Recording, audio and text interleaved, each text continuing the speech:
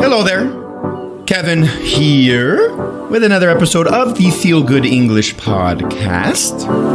So I didn't receive a question this week from anyone. That's okay. You can send me your questions at any time. But instead of not making an episode, I decided to make an episode about a little story about my life to give you an idea about myself and also to give you some insight into language learning. And the big eye-opening experience I had, the thing that led me to totally change my philosophy on language learning.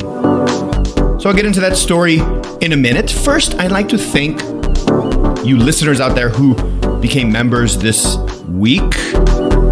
And those people are Mauricio, Will, Alessandro, Marcus, Stefano, Luis, and Juan. So thank you guys for signing up, becoming members. Now you get transcripts. Looking forward to connect with you more in the future. If you want to become a member, go to feelgoodenglish.com. So let's get into the story.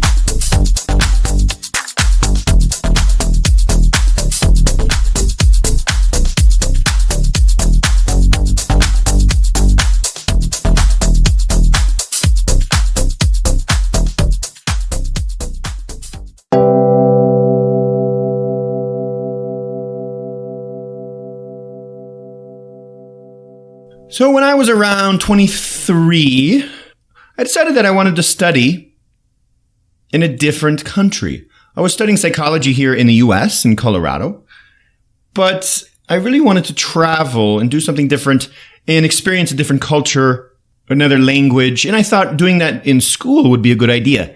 Not only one, because I could stay there longer, but also because it was cheaper. I would have to pay less money if I was studying there than if I just went on a long trip backpacking. I decided to go to Prague, which is in the Czech Republic. I knew nothing about Prague at the time. Somebody recommended it, and I was going to study for 3 months. It actually turned out to be 6 months, and I stayed in Prague for 10 months. So it turned out to be a long, very wonderful experience.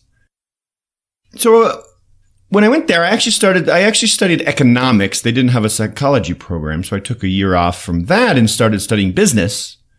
And I also took Czech language. Czech Republic has their own language. It's called Czech. It's one of those languages that sounds like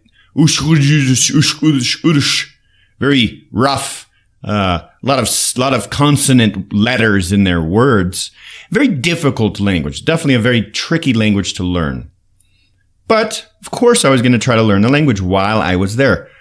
So I signed up for the class at the university and started. It was your typical class, probably around 20 students, and the teacher, and your book, basic verbs, pronouns, learning small things, and then you start connecting them a little bit, and then you have a test or a quiz on what you're learning, and there's a few words there. And as usual, just like when I started learning Spanish as a child in the classroom, I didn't do very well. It wasn't working very well for me. If you've read about me in the past before or heard from me, I studied Spanish growing up, but I just never had a good result. And now, being a little older, 23, studying Czech in the Czech Republic at a school, I started feeling the same way. It was getting a little discouraging. I was trying, but I wasn't getting anywhere in the first month or so. About a couple months into my experience there, I started hanging out with this girl. She was Czech, and she spoke English, but her friends didn't. At the time I was a DJ, I used to DJ and go to play in clubs and be kind of in that atmosphere. So I would meet her and her friends, and we'd go out and talk and party and have fun. And her friends, like I said, most of them didn't speak English. So I had to try to communicate with them in Czech. Obviously, at the time, I couldn't speak much, but I was ready to try. After a few weeks, of trying to communicate with her, this girl I was hanging out with, seeing, and her friends, I started to build a vocabulary of phrases. Some words and phrases that they were using a lot, very basic communication phrases, ones that I needed to use in order to communicate with somebody.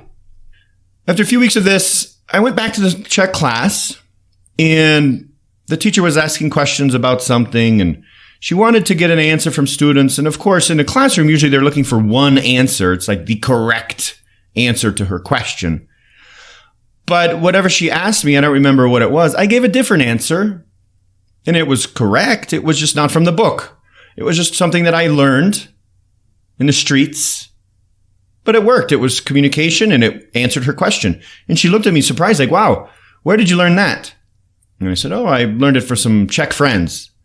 And she was a little, I don't know, disappointed or surprised or whatever. But for me, I realized, wait a minute, there's more than one way to be learning Czech here.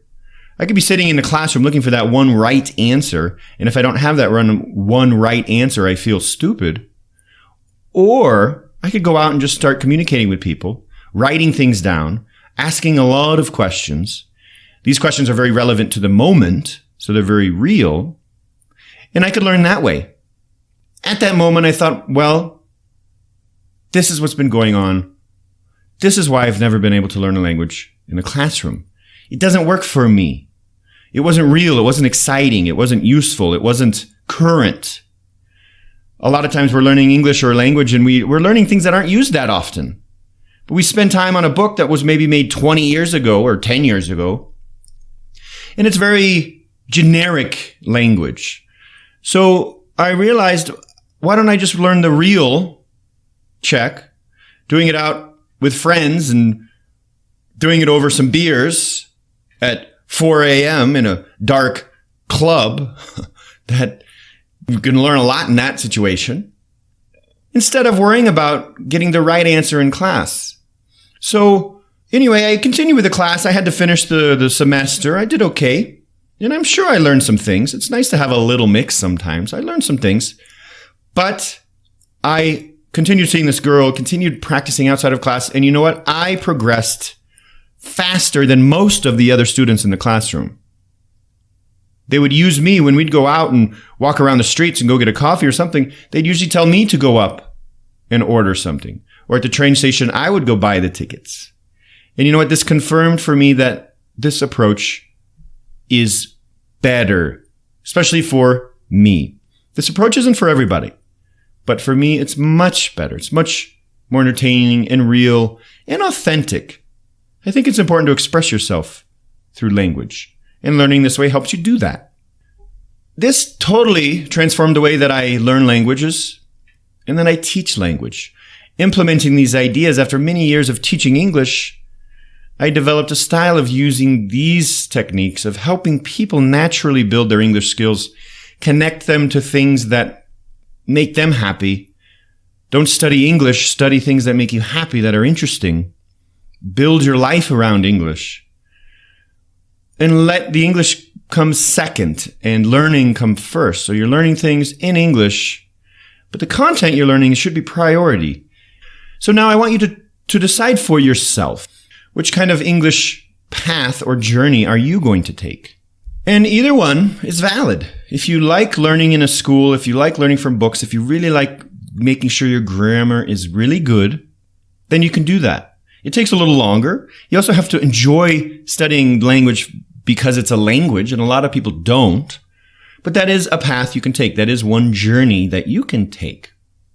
The other one is diving deep into the language from the beginning in using the language that you're learning to learn about other things, to communicate with people through that language, to improve your life using that language, you reading about and listening to subjects in that language that can help you become better, more fulfilled, happier.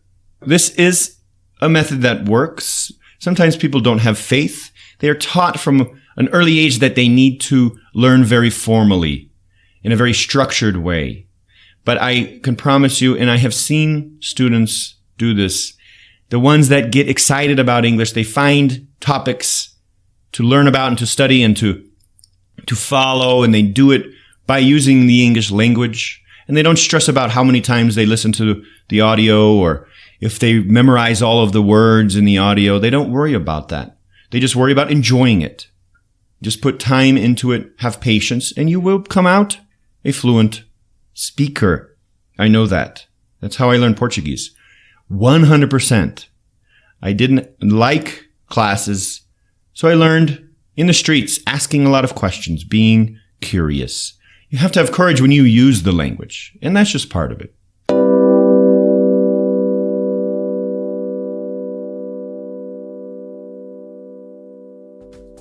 So that's the story for today. I hope you enjoyed it. And if you have any questions, send them to me, kevin@feelgoodenglish.com. I'm here for you all the time. I will talk to you soon with another lesson. Until then, smile, be happy, enjoy the process of learning about life and English. Bye-bye.